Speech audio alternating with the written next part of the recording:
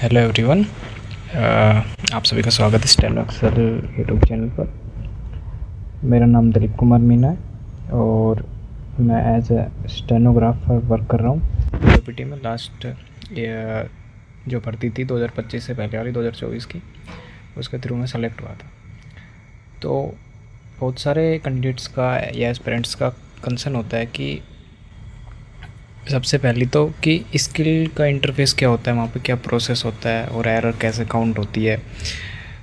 क्या वहाँ पे मतलब हमको एरर्स का क्या सिस्टम होता है कि किस चीज़ कैसे कैसे सब्स्टिट्यूट होती हैं, वो किस चीज़ को फुल मानते हैं, किसको हाफ में काउंट करते हैं।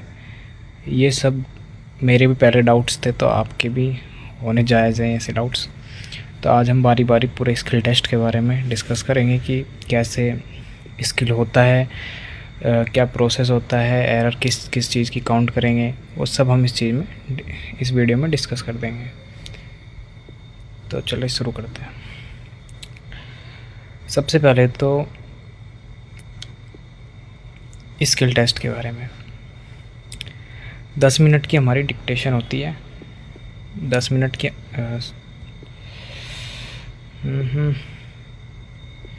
10 मिनट की हमारी डिक्टेशंस होती हैं, ग्रेड सी हो या ग्रेड डी। ग्रेड सी में 100 WPM के लिए बोलती है, 1000 वर्ड बोलेंगे, और ग्रेड डी में बोलेंगे हमारे 800 वर्ड 80 WPM के हिसाब से हर मिनट 80 WPM डिक्टेट करेंगे। ये हो सकता है कि फ्लक्चुएट हो सकती है हमारी जो स्पीड है, वो प्रॉपर 80 की नहीं बोल पाएंगे, या बीच बीच में वो 75 भी आ जाएगी। बीच में जैसे ही वो डिक्टेट करना शुरू करते हैं तो शुरू उनकी मतलब 70 to 75 के अराउंड होगी, और जैसे ही वो शुरुआत में आपकी जो 80 WPM वाली 75 के अराउंड स्टार्ट होगी।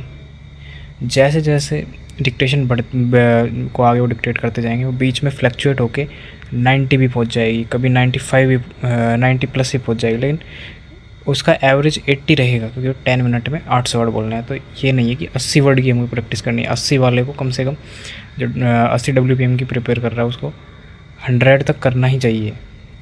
100 WPM आएगी तभी वो बिल्कुल बिना किसी प्रेशर के वहाँ पे हैंडल कर पाएगा उनको डिक्टेशन को। और रही बात 100 WPM वाली की, तो ये फ्लक्चुएट होकर 110 तक पहुँच जाती है। बीच बीच में बहुत स्पीड में बोलेगी, या फिर स्लो भी हो जाती है, तेज़ हो जाती है। एवरेज उसका 100 ही आना है टोटल। तो यानी कि अगर 100 WPM निकालनी है हमको, तो डिक्टेशन हमको कम से भी कम 110 प्लस करके ही जानी है। जब मैंने स्किल दिया था तो मेरे एरर्स थे ग्रेड सी में। मेरे ग्रेड सी और ग्रेड डी दोनों क्वालिफाई किया था मैंने। और वैसे कि मैं हिंदी से मैंने स्टेनो किया, तो मेरी ग्रेड सी में एरर थी मेरी 5.4 के अराउंड थी, कुछ इतनी परसेंट थी। 7% एरर रिलैक्सेशन होता है, लेकिन कमी थी, तो इसलिए क्वालिफाई कर गया था मैं। और ग्रेड डी में हमारे टाइम जब 2024 का जो आप अगर स्किल देखोगे, तो हिंदी का बहुत ज़्यादा टफ बुला था, बहुत ज़्यादा ही टफ था। तो 10% का एरर रिलैक्सेशन होता है। मेरे थी 7.84 कुछ ऐसी एरर आई थी। अब देखोगे तो बहुत ज़्यादा टफ था, हिंदी का बहुत ही ज़्यादा टफ था, जो बुला नहीं होगा 2020 कभी नहीं बोला, उतना टफ था ये।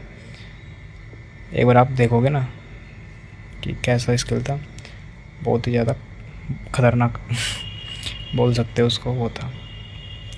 ग्रेड सी का बोल सकते हैं ईजी था, इतना टफ नहीं था। आगे बढ़ते हैं।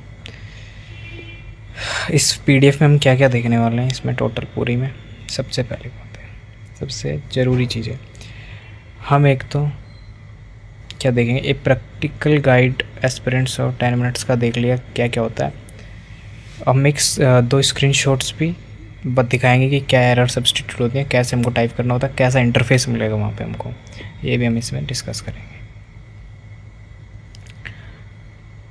इसको अभी हम छोड़ेंगे, आगे बढ़ेंगे।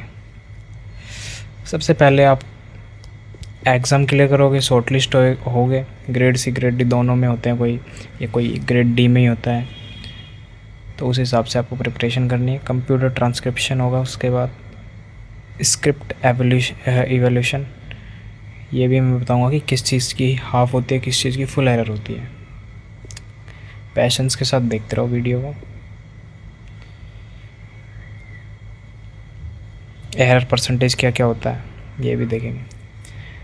ये टाइम होता है ट्रांसक्रिप्शन का।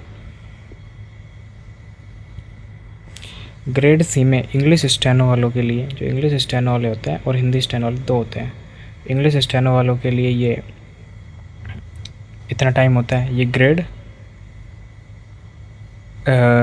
ग्रेड सी के लिए होता है, ये ग्रेड डी के लिए है 55, नहीं सॉरी, इसमें आप देखोगे तो ग्रेड सी और ग्रेड डी दोनों है। इंग्लिश स्टेनो वालों का ये है, इंग्लिश स्टेनो वाले और हिंदी स्टेनो वाले।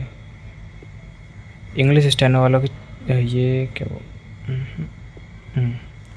40 मिनट ग्रेड सी में और ग्रेड डी में 50 मिनट मिलती हैं आपको डिक्टेशन को टाइप करने के लिए। हिंदी में 55-65 मिलती हैं। जैसे आप डिक्टेशन को आप लिख लेते हो, लिख लोगे वहाँ पे बोलने के बाद, तो आपको टाइम मिलता है 10-15 मिनट का कि आप इसको पढ़ लो आराम से। 10-15 मिनट से ज़्यादा ही मिल जाता है। ट्रायल्स बोलते हैं आपके सबसे पहले, तो जब मैन डिक्टेशन बोलेगी तो कम से कम 3 ट्रायल बोलेंगे, 3 ट्रायल डिक्टेट होंगे वहाँ पे पहले कि आपको आवाज़ आ रही है नहीं आ रही अच्छे से। उसके बाद मैन डिक्टेशन चलाएँगे। 3 ट्रायल सेम ही रहते हैं, वो एक जैसे ही बोलते हैं बार बार, तो उनको अच्छे से लिखना है। फिर उसके बाद मैन डिक्टेशन डिक्टेट होगी, उसको बहुत ध्यान से लिखना है। ये इसका प्रोसेस होता है ट्रायल्स का, डिक्टेशन। फिर उसके बाद देखेंगे हम कि डिक्टेशन में हमारी एरर्स क्या क्या अलाउ होती है, मिस्टेक्स कितने अलाउ होते हैं। देखो जनरल कैटेगरी, इसे दिख नहीं रहा, कैटेगरीज यहाँ पे हैं, कैटेगरीज यहाँ पे है। जनरल कैटेगरी को छोड़ के जैसे 1000 वर्ड बोलेंगे अप्रॉक्स ग्रेड सी में, तो रिज़र्व जो कैटेगरी होती है इसमें देखेंगे ग्रेड सी के लिए, तो रिज़र्व के लिए 7% एरर मार्क होती है और जनरल के लिए 5% होती है। यानी कि 50 वर्ड आप गलत कर सकते हो। 50 वर्ड से ऊपर हुआ तो आप फेल, 70 वर्ड से ऊपर हुआ तो आप उसमें फेल हो जाओगे, ठीक है। और ऐसे ही ग्रेड डी में देखोगे तो जनरल की 7% होती है, 56 एरर मार्क होती है उनकी ग्रेड डी में। 800 में से 56 वर्ड गलत कर सकते हो, उसके बाद नहीं कर सकते। और ग्रेड डी में रिजर्व कैटेगरीज के लिए 80 का है मार्जिन है।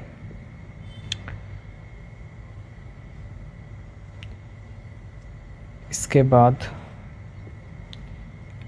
हाफ फुल मिस्टेक्स, ये तो ऐसे ही फॉर्मूला है कि एरर कैसे काउंट होंगी, इससे कोई मतलब नहीं है आपका कि एरर कैसे काउंट होंगे, कितनी क्या क्या होती हैं। तो ऐसे देखोगे आप यहाँ पे कि फुल मिस्टेक्स किस चीज़ की होती है। ओमिशन ऑफ ए वर्ड और फिगर इफ़ मल्टीपल वर्ड्स, अगर आप किसी वर्ड को छोड़ रहे हो, स्किप कर रहे हो, तो उसकी और बहुत बार मल्टीपल टाइम्स आ रहा है वो, each omitted word is counted, और वो हमेशा काउंट होगा कि आप कितनी बार आपने उसको स्किप किया है, और वो एज ए फुल ट्रीट होगा, full error. Substitution of A wrong word और फिगर, कोई वर्ड था आपने उसकी जगह कोई दूसरा वर्ड चिपका दिया वहाँ पे, तो उसकी भी फुल एरर है। एडिशन कर रहे हो आप कोई नया वर्ड जो बुला ही नहीं है डिक्टेशन में, तो उसकी फुल एरर है। रिपीट कर रहे हो वर्ड्स को, जैसे चेयरमैन को आपने 2 बार लिख दिया, चेयरमैन, तो चेयरमैन रिपीटेशन हो गया। इनकम्प्लीट वर्ड्स हैं, जैसे इसमें अब 2 से 3 अल्फ़ाबेटिक कैरेक्टर छोड़ देता अपन, तो उसमें फिर इनकम्प्लीट ही हो जाता है वो ज़्यादा, तो फुल रहेगा। इनकरेक्ट एब्रीविएशन, एक्सपेंडेड फॉर्म्स, ये सब फुल ट्रीट होंगे आपकी। और हाफ मिस्टेक्स में रॉन्ग स्पेलिंग, जो स्पेलिंग तो पूरी ठीक है, उसमें 1-2 कैरेक्टर आपने गड़बड़ किया है। सिंगुलर फॉर्म, प्लूरल फॉर्म, ये हाफ ट्रीट होगी। Omission of a full word, full stop at the end of the sentence और फुल स्टॉप छोड़ दिया आपने, जो भी कॉमा फुल स्टॉप्स होते हैं इनकी हाफ एरर होती है। कैपिटल लेटर वगैरह लिखना, इनके नाम को में मतलब कैपिटल लेटर लिखना शुरू में,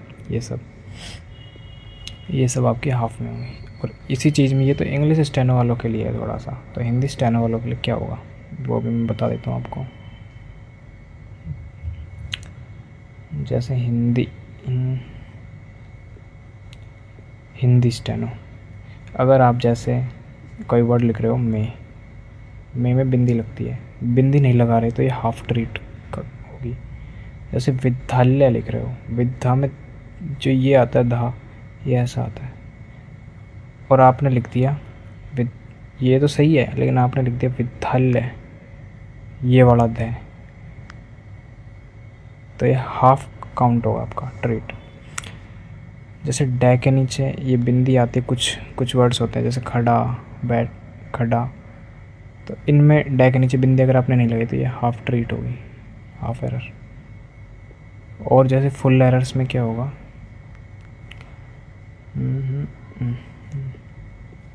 फुल में जैसे कोई वर्ड आपने जैसे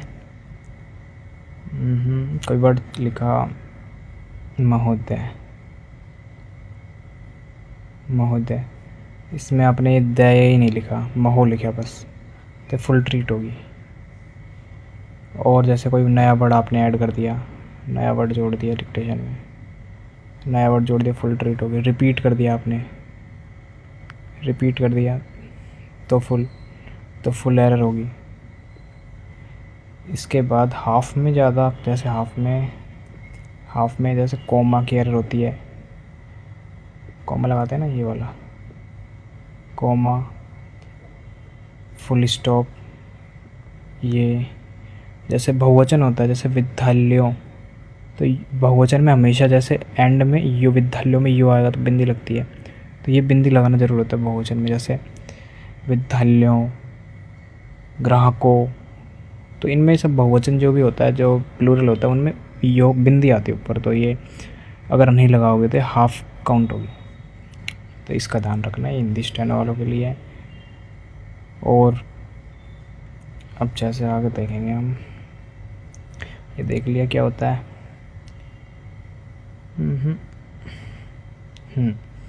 मेन चीज़ मैं आपको एक दिखा देता हूँ कि कैसे कैसे एरर सब्स्टिट्यूट होंगे आपके।